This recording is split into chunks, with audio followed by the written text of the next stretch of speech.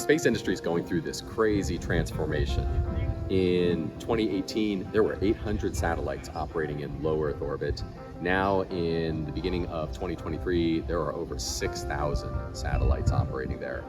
Few industries go through a change that is this rapid and this large a scale. The growth of space right now is incredibly important to people because it is bringing greater connectivity and commerce and services to people all around the world, from imaging to natural resources uses to just bringing the internet to people.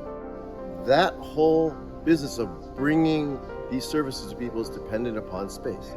Now, one of the biggest problems in space is the fact that orbital debris, which is essentially garbage that we've been leaving up in space, is becoming a larger and larger problem the more objects we launch. I said there are over 6,000 satellites operating in low Earth orbit today. Unfortunately, there are over 13,000 pieces of debris whizzing around in space, threatening those satellites. The reason debris is such a problem is everything in low Earth orbit is traveling extremely fast, 8 kilometers per second, or 17,000 miles per hour. So if you get hit by any of this debris, or your satellite gets hit by any of this debris, it will destroy the satellite and create new clouds of debris. And the problem in LEO is that the sky is not falling. That debris that's created stays up there for years, decades, and even centuries. So the problem that we're creating right now may plague future generations to come. The key is to control the amount of space debris. And the first step in that is understanding where all of it is.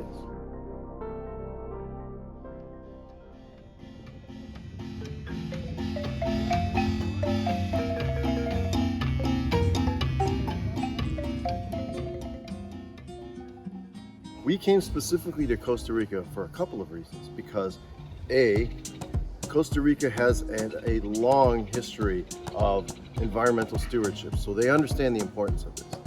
B, it is an absolutely beautiful place, wonderful people, and a great place to do business. For orbital dynamics reasons, it's important to have a tracking station near the equator.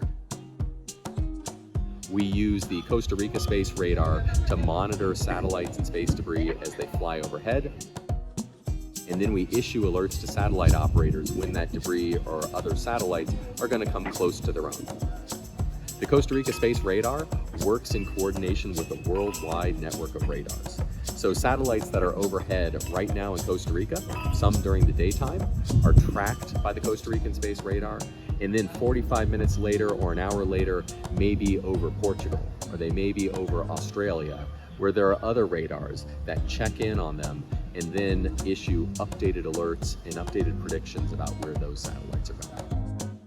The radar in Costa Rica is often the first one to pick up newly launched satellites and help bring them into operation and help them bring their benefits to the worldwide economy.